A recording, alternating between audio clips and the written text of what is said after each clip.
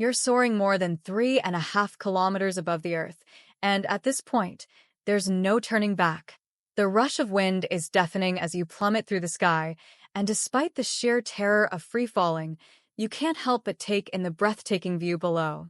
The landscape stretches out beneath you in a seemingly infinite tapestry of fields, forests, and cities.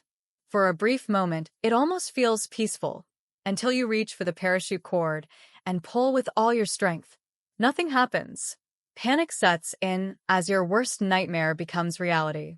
Your parachute has failed, and now you're hurtling toward the earth at a staggering 200 kilometers per hour, with only about 1 minute left before impact. What do you do? Is there any way to defy the odds and survive such a fall? It might sound impossible, but history and science suggest otherwise. Some people have survived falls from thousands of meters, and if you take the right steps, you might just increase your chances of walking away from this horrifying experience alive. Step 1. Slow down your fall and your mind. The first thing you need to do is not panic. That might seem easier said than done, but controlling your mind and body is the key to survival. Every second counts, and if you allow fear and panic to paralyze you, you're already doomed. Instead of flailing helplessly, spread your body out into an X shape. Extend your arms and legs outward, face your chest toward the ground, and arch your back slightly upward. Why is this important? Air resistance. By increasing your surface area, you can slow your descent, reducing your terminal velocity and buying yourself a few more precious seconds. Instead of falling like a rock, you'll now be gliding slightly. Not enough to stop you from hitting the ground hard, but enough to give you some control over where you land. Step 2. Avoid the water. It's a death trap. From high above, the shimmering blue of a lake, river, or ocean might seem like the safest place to land, but in reality, it's one of the worst options possible. You see, water doesn't compress. Hitting it at high speed would be just as deadly as hitting solid concrete. The force of impact would be enough to snap your bones, rupture your organs, and knock you unconscious instantly. And if you somehow managed to survive the initial impact, you'd likely drown before you could regain control of your body. So, what should you aim for instead? Something that can absorb the impact. Step 3. Find something that will break your fall. Now that you've stabilized your body and ruled out water landings, it's time to scan the terrain below for the best possible landing spot. You'll want to steer yourself towards something that can cushion your fall. To move in the air, you'll need to use a skydiving technique called tracking. Instead of staying spread out in an X shape, bring your arms and legs slightly inward, directing your body toward a more forgiving surface. But what should you be looking for? Swamps and marshes. The mud and waterlogged terrain will slow your impact, increasing your survival chances. Deep snow.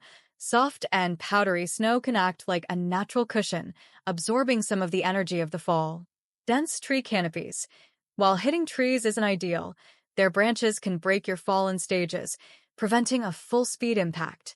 Slanted rooftops, awnings, or vehicles, a house, bus, or truck might sound like a bad idea, but if the structure is weak enough, it will crumple on impact, reducing the amount of force your body has to absorb. Whatever you do, don't aim for flat, solid ground. The more time your body has to decelerate, the better your chances of survival. Step 4. Prepare for impact. Land on your feet.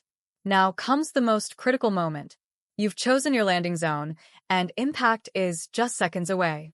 Your instincts might tell you to brace for impact by landing on your side or back, but that would be a fatal mistake. Instead, position your body vertically, pointing your toes toward the ground. Aim to land on the balls of your feet. Yes, this will shatter your legs, but that's actually the goal. By sacrificing your lower limbs, you'll slow your momentum in stages, allowing the force to travel upward through your legs, into your hips, and finally to your torso. If you land in any other position, the impact could be instantaneously fatal, sending the force directly to your spine, skull, or internal organs. Step 5. Protect your head at all costs. Even if you do everything else right, a head injury could still be the thing that kills you. Before landing, tuck your chin down toward your chest, interlock your fingers behind your head, and bring your elbows in front of your face. This will provide a last line of defense for your skull and neck, preventing a lethal head injury. Survivors of high-altitude falls often report that their consciousness fades upon impact. The force is still immense, and your body will likely go into shock. But if you've done everything correctly, there's a chance that you'll wake up battered, bruised, and possibly missing a few teeth, but alive. What happens next? If you're still breathing after impact, the battle isn't over. You probably have broken bones, internal bleeding, and severe bruising. Your priority now is to get medical help as fast as possible. If you can move, assess your surroundings, and try to signal for assistance. If you can't move, conserve your energy and wait for help to arrive. Surviving a fall from this height is exceedingly rare, but not impossible. There have been documented cases of people falling from 10,000 meters and living to tell the tale. The key is knowing what to do, keeping a clear head, and making split-second decisions that maximize your chances of survival. But now that you've somehow beaten death, what do you do next? How do you get out of the wilderness and back to civilization? Where do you find food, water, and shelter? Well, that's a story for another What Ifs.